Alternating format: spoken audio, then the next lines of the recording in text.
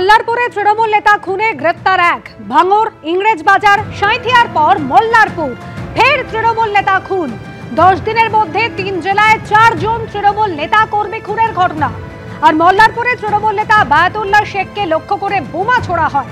মল্লারপুরে তৃণমূল নেতা বায়াতুল্লাহ শেখকে 1 বছর আগেই খুনের চক্রান্ত করা হয়েছিল। 1 বছর আগে বোমা মেরে খুনের ছক করা হয়েছিল, দাবি নিহত তৃণমূল নেতার পরিবারের সদস্যদের।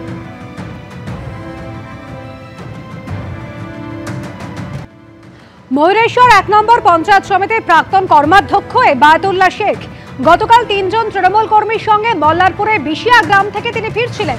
আর ফেরার পথে বোমায় গুরুতর জখম হন বায়াতুল্লাহ সহ আরো 4 জন। একজন প্রত্যক্ষদর্শী কি জানিয়েছেন শোনাব।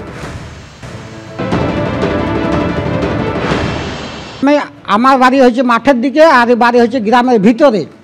ও কিছুক্ষণ এসছে, আর আমি নিজের দিকে কিছুক্ষণ 1 মিনিট রাস্তা থেকে চার দোকান থেকে সরে গেছি, আর বমের আওয়াজ পাওয়া গেল 3টে।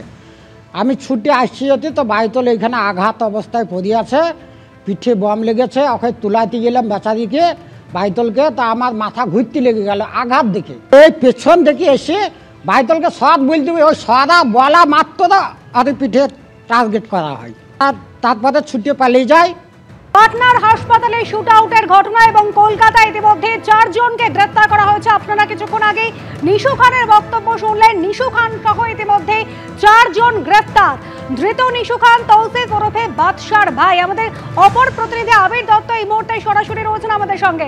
আবির, এই যে শেরু খান, তার সঙ্গে বন্ধুত্ব, এবং তৌসিফ সে তার ভাই, যার সঙ্গে শেরু খানের জেলে দেখা হয়েছিল, সব মিলিয়ে পাটনা এবং এই রাজ্যের কলকাতা, এই যে বিহারে হাসপাতালের যে গুলিকাণ্ড, যেভাবে হত্যা হলো, সব মিলিয়ে তদন্ত এই মুহূর্তে কোন পর্যায়ে রয়েছে?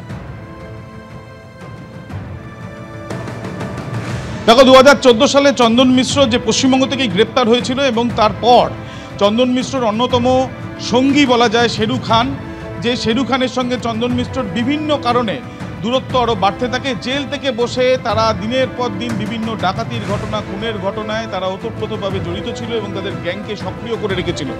এর আগেই যেটা এসটিএফ সূত্র থেকে আমরা জানতে পারছিলাম, যে মধ্য কলকাতা, যেমনটা তোমাকে এর আগেও জানিয়েছিলাম, মধ্য কলকাতার বিভিন্ন জায়গায় তারা গিয়েছিল। তার মধ্যে পার্ক স্ট্রিট, এসপ্ল্যানেড, এমনকি রিপন স্ট্রিট, সেই রফি আহমেদ কিদবাই রোড, সেই সব জায়গাতেও তারা গাড়ি নিয়ে গিয়েছিল। যে সিসিটিভি ক্যামেরার ফুটেজ ইতিমধ্যে তদন্তকারীদের কাছে গেছে, এমনটাই সূত্র মারফত জানা যাচ্ছে। যদিও সরকারিভাবে পুলিশের তরফ থেকে এই বিষয় নিয়ে কিছু না জানানো হলেও, এই যে বিভিন্ন জায়গায় যাওয়ার পেছনে কারণ, তারা কি বিভিন্ন জায়গাতে তার মানে ঘুরেছিল। একদিকে আনন্দপুরের যে গেস্ট হাউসে তারা থেকেছে, সেখানে তাদের 3 জনের নাম সেখানে লেখা, তাদের যে ডকুমেন্টগুলো সেগুলো ভেরিফিকেশনের প্রক্রিয়াও ইতিমধ্যে চলছে। শেরু খানের কথাতেই কিন্তু তৌসিফ এবং তার যে গ্যাং মেম্বাররা তারা এই ঘটনা ঘটিয়েছে বলে এক প্রকার নিশ্চিত তদন্তকারীরা।